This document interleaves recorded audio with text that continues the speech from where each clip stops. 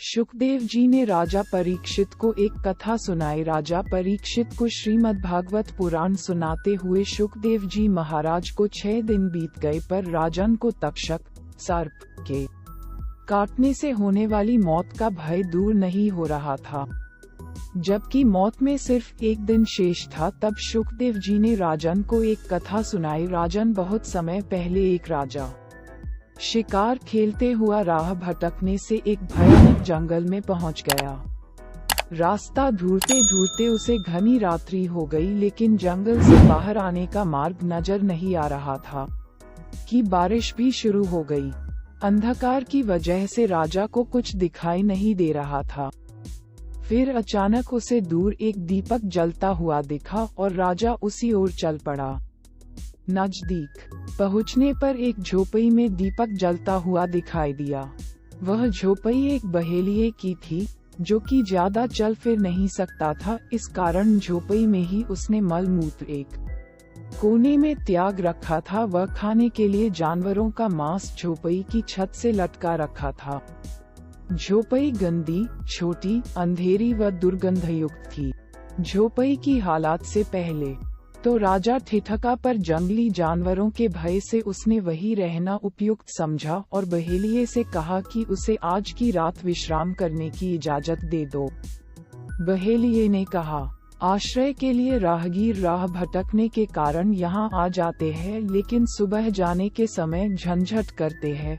झोपड़ी की गंध उन्हें ऐसी भाती है कि वो जाना नहीं चाहते और इसी में रहने की जिद करते हैं तथा अपना कब्जा जमाने की कोशिश करते हैं। इस कारण मैं यहाँ किसी को ठहरने की इजाजत नहीं देता।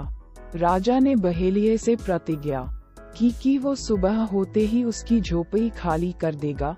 मैं राजा हूँ, संयोगवश राह भटकने से तुम्हारी शरण में आया हूँ, मुझे सिर्फ रात्रि भर का आश्रय दे दो।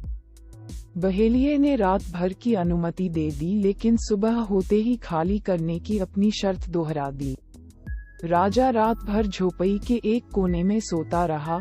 रात भर सोने से झोपड़ी की दुर्गंध राजा के मस्तिष्क में ऐसी बस गई कि सुबह उठा तो उसे वही दुर्गंध परम प्रिय लगने लगी, जिससे रात्रि को उसे घृणा हो रही थी।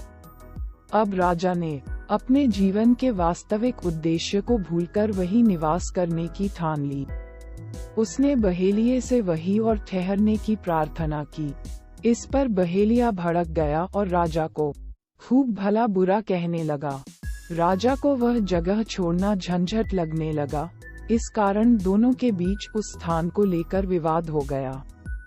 कथा सुनाकर शुकदेव जी ने राजा परीक्षित से पूछा, राजन बताओ, उस राजा का उस स्थान पर सदा के लिए रहने का झंझट करना उचित था? राजा ने कहा, भगवान, वह कौन मूर्ख राजा था जो अपनी प्रतिज्ञा तोड़कर एवं अपना वास्तविक उद्देश्य भूलकर उस दुर्गंधयुक्त झोपड़ी में रहना चाहता है। उसकी महामूर्खता पर तो मुझे घोर आश्चर्य हो रहा है। शुकदेव जी ने कहा, हे राजन, वे बड़े भारी मूर्ख आप स्वयं हैं, जो इस मलमूत्र की गठरी देह शरीर में जितने समय आपकी आत्मा को रहना आवश्यक था, वह अवधि तो कल समाप्त हो रही है। अब आपको उस लोक में जाना है जहां से आप आए थे। फिर भी आप झंझट फैला रहे हैं, मरना नहीं चाहते। क्या ये आपकी मूर्खता नहीं?